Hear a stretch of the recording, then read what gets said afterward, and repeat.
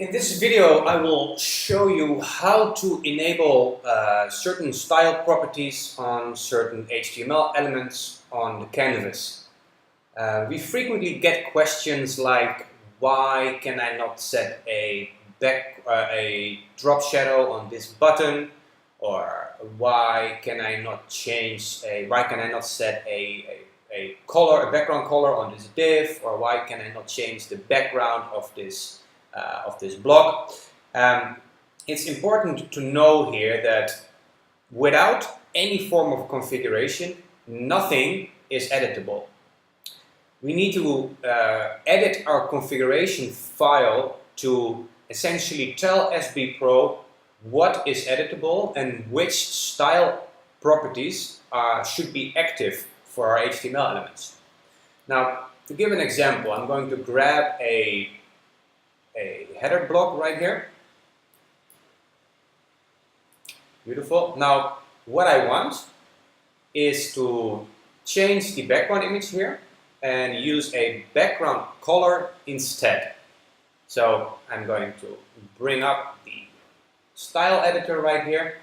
Now, as you can see, I can only set a background image and I can define the background alignment. So there's currently no way for me to set a background color on this particular block. And this is due to the default configuration that SB Pro ships with. Depending on which version of SB Pro you're using, different versions ship with different default configurations. But it is possible that your version by default was not configured to allow for the change of background color on this particular element.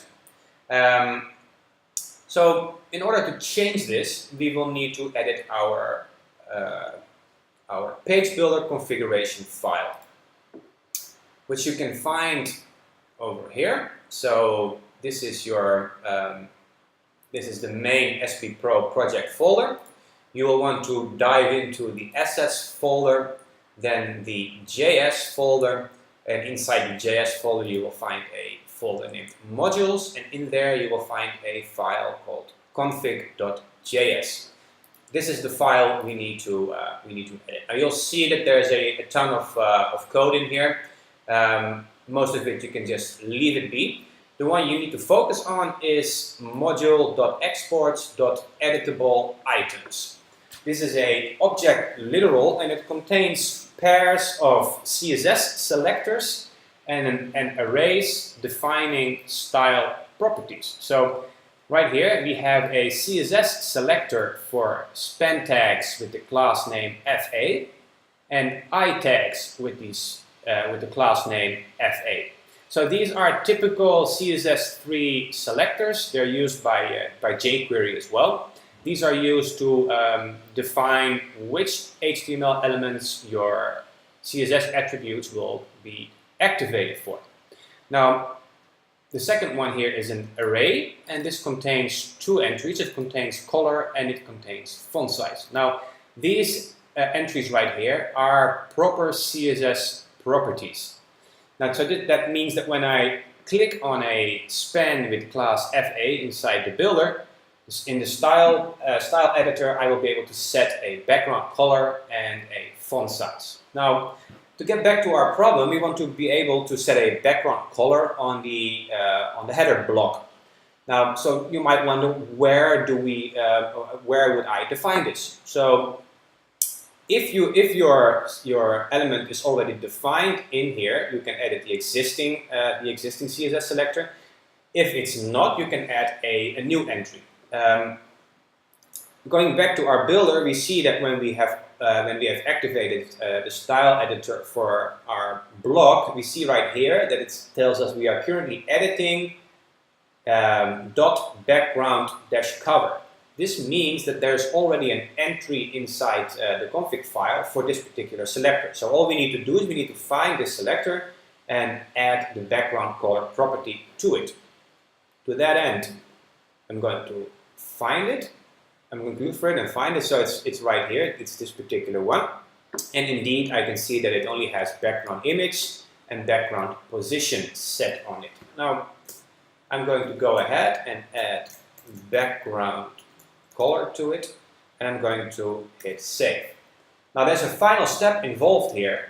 Since we are editing a source file, we need to run Webpack to make sure that our front-end bundles are regenerated. We explain the use of Webpack in a separate knowledge-based article. So if you want to learn more about using Webpack, I would advise you to have a look at that particular article. In my case right here, I'm running the Webpack dev server, which automatically rebuilds the front end when I make changes to any of the source files. So I don't need to run Webpack separately. So at this point, I'm going back to the page builder, and you can see that it has reloaded.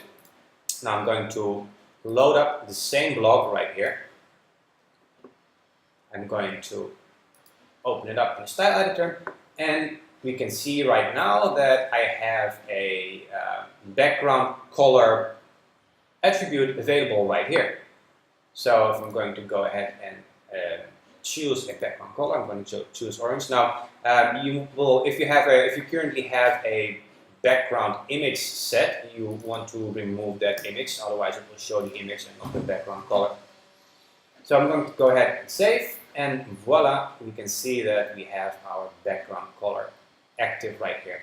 Now the process I've explained in this video applies to any HTML element and any CSS property. So basically the possibilities are unlimited.